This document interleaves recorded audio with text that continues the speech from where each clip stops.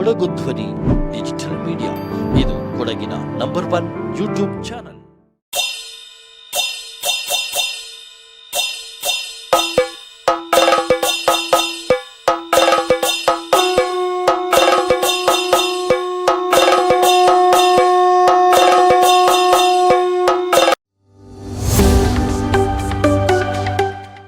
ಇತಿಹಾಸ ಪ್ರಸಿದ್ಧ ದಕ್ಷಿಣ ಕೊಡಗಿನ ಕುಟ್ಟ ಗ್ರಾಮದ ಗರುಡಗಿರಿಯ ಶ್ರೀಕೃಷ್ಣ ದೇವಾಲಯದ 2ನೇ ವರ್ಷದ ವಾರ್ಷಿಕೋತ್ಸವ ಕಾರ್ಯಕ್ರಮ ಅತ್ಯಂತ ಸಂಭ್ರಮದಿಂದ ಜರುಗಿತು.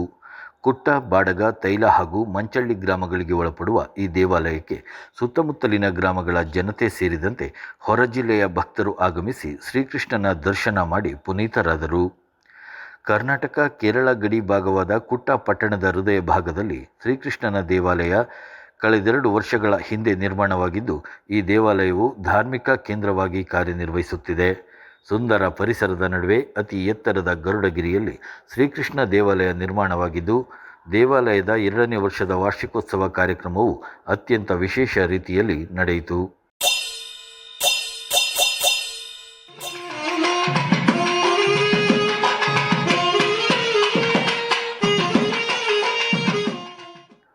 ಮುಂಜಾನೆ 6 ಗಂಟೆಯಿಂದ ಆರಂಭವಾದ ವಿವಿಧ ಪೂಜಾ ಕೈಂಕರ್ಯಗಳು ರಾತ್ರಿ 7:30ರವರೆಗೂ ಮುಂದುವರೆಯಿತು.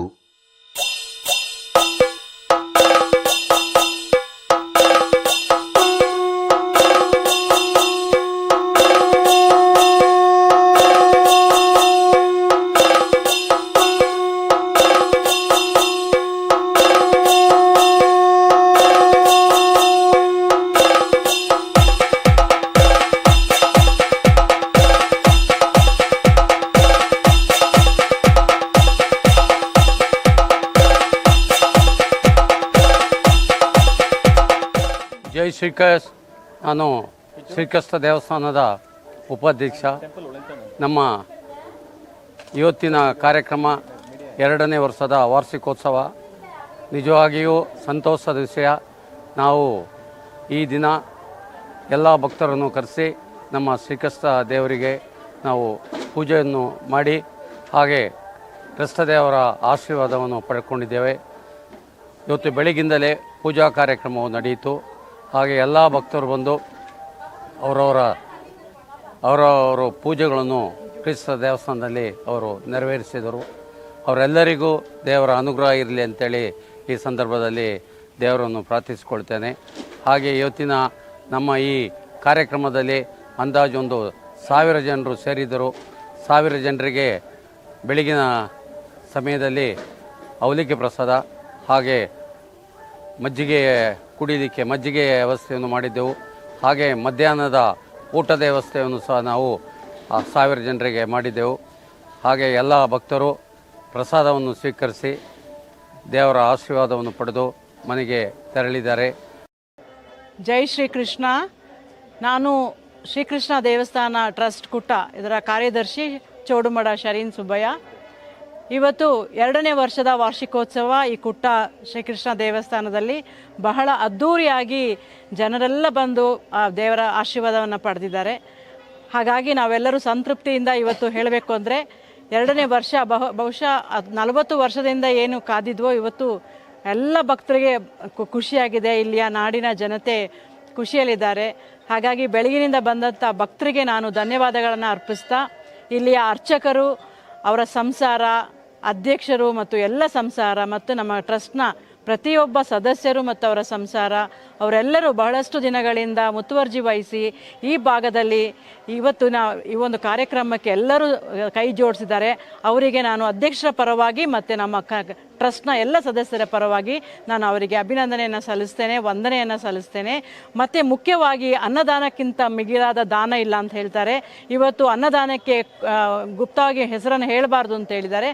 ಆದರೂ ಕೂಡ ಈ ಸ್ಥಳೀಯರು ಅವರು ಇವತ್ತಿನ ಮಧ್ಯಾಹ್ನದ ಊಟದ ವ್ಯವಸ್ಥೆಗೆ ಹಣವನ್ನು ನೀಡಿ ಹಾಗೂ ಹಲವಾರು ಭಕ್ತರು ಕೂಡ ಅನ್ನದಾನಕ್ಕೆ ನಮಗೆ ಕೈ ಜೋಡಿಸಿದ್ದಾರೆ.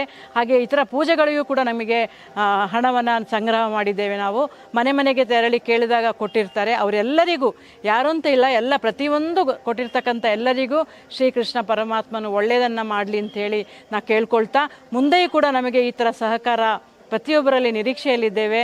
ಮುಂದೆ ಹಲವಾರು ಕೆಲಸಗಳು ಇನ್ನಷ್ಟು ಅಭಿವೃದ್ಧಿ ಆಗಬೇಕಾಗಿದೆ.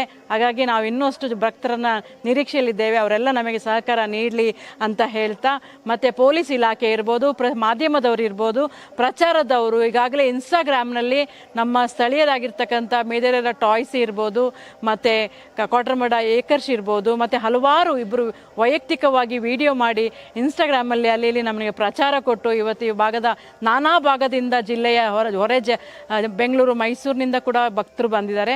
ಅವರೆಲ್ಲ ಬಂದಿರತಕ್ಕಂಥ ಎಲ್ರಿಗೂ ನಾವು ಧನ್ಯವಾದ ಅರ್ಪಿಸಿ ಮುಂದೆಯೂ ಕೂಡ ಈ ಥರ ಸಹಕಾರ ನೀಡಿ ಅಂತ ನಾನು ಅವ್ರನ್ನ ಕೇಳ್ಕೊಳ್ತಾ ಇದ್ದೇನೆ.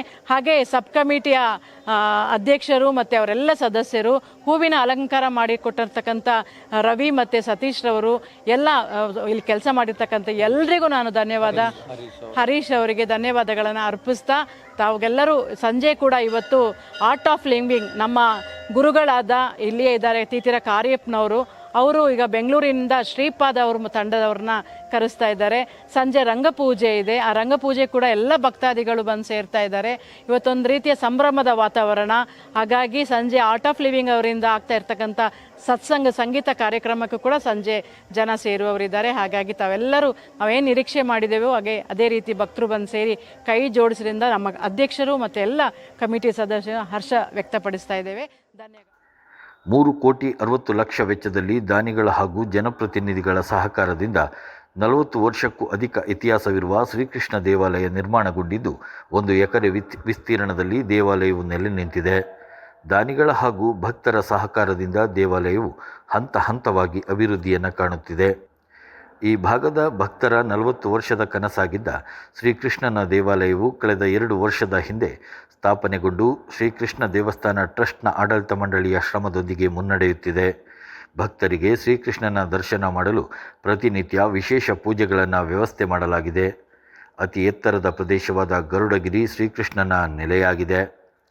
ಪ್ರಸ್ತುತ ದೇವಾಲಯ ಸಮಿತಿಯಲ್ಲಿ ಅಧ್ಯಕ್ಷರಾಗಿ ತೀತಿರ ನರೇನ್ ಬಾಲಕೃಷ್ಣ ಜವಾಬ್ದಾರಿ ನಿಭಾಯಿಸುತ್ತಿದ್ದು, ಉಪಾಧ್ಯಕ್ಷರಾಗಿ ಮಚ್ಚಮಾಡ ಬಿ ಸುಬ್ಬಯ್ಯ, ಕಾರ್ಯದರ್ಶಿಯಾಗಿ ಚೋಡುಮಾಡ ಶರೀನ್ ಸುಬ್ಬಯ್ಯ, ಖಜಾಂಚಿಯಾಗಿ ತೀತಿರ ಎ ಕಾರ್ಯಪ್ಪ, ಕಾನೂನು ಸಲಹೆಗಾರರಾಗಿ ಗಿರೀಶ್ ಅಣ್ಣಯ್ಯ, ನಿರ್ದೇಶಕರುಗಳಾಗಿ ಅಜ್ಜಿಕುಟೀರ ಎಸ್ ಬೋಪಣ್ಣ, ಮಚ್ಚಮಾಡ ಕಾಶಿ ಕಾರ್ಯಪ್ಪ, ತೀತಿರ ಕೆ ಕುಶಾಲಪ್ಪ, ತೀತಿರ ತೀರ್ಥ ಮಂಜುನಾಥ್, ಮುಕ್ಕಾಟಿರ ಎಸ್ ಅಯ್ಯಪ್ಪ, ಕಟ್ಟೆರ ರಮೇಶ್, ದೇವಯ್ಯ, ಧ್ಯಾನ್, ದರ್ಶನ್, ಪ್ರಶಾಂತ್, ಚಂದ್ರ, ಕುಟ್ಟನ್, ಜಾನ್ಸನ್ ಹಾಗೂ ಡಿ.ಟಿ. ರವಿ ದೇವಾಲಯದ ಅಭಿವೃದ್ಧಿಗೆ ಶ್ರಮಿಸುತ್ತಿದ್ದಾರೆ. ನಮಸ್ಕಾರ, ನಾನು ಸಬ್ ಕಮಿಟಿ ಅಧ್ಯಕ್ಷ ರವಿ ಮಾತಾಡ್ತಾ ಇದ್ದೀನಿ. ನಮ್ಮ ದೇವಸ್ಥಾನ 2ನೇ ವರ್ಷದ ವಾರ್ಷಿಕೋತ್ಸವ ಅದ್ಧೂರಿಯಾಗಿ ನಡೀತಾ ಇದೆ. ಆದುದರಿಂದ ನಮ್ಮ ದೇವಸ್ಥಾನದ ಡೆಕೋರೇಷನ್ನು ಕೆಲಸಗಳೆಲ್ಲ ಸಬ್ ಕಮಿಟಿಯ ಎಲ್ಲ ಸದಸ್ಯರುಗಳು ಸೇರಿ ಅದ್ಧೂರಿಯಾಗಿ ಮಾಡಿ ಒಳ್ಳೆ ತೃಪ್ತಿ ಕೊಟ್ಟಿದ್ದಾರೆ.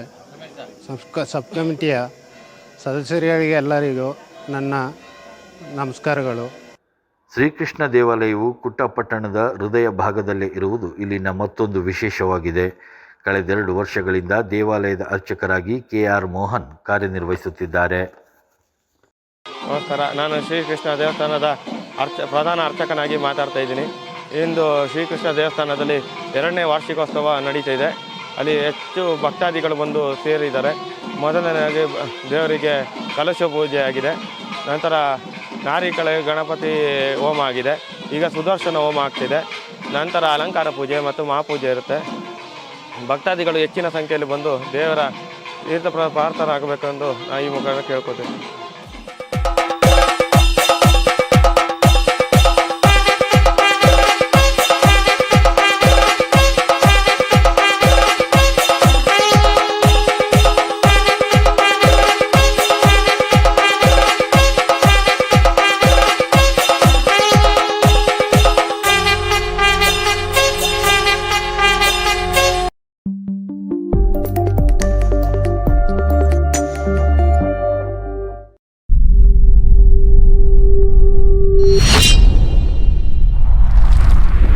ಕೊಡಗು ಧ್ವನಿ ಡಿಜಿಟಲ್ ಮೀಡಿಯಾ, ಇದು ಕೊಡಗಿನ ನಂಬರ್ 1 ಯೂಟ್ಯೂಬ್ ಚಾನಲ್.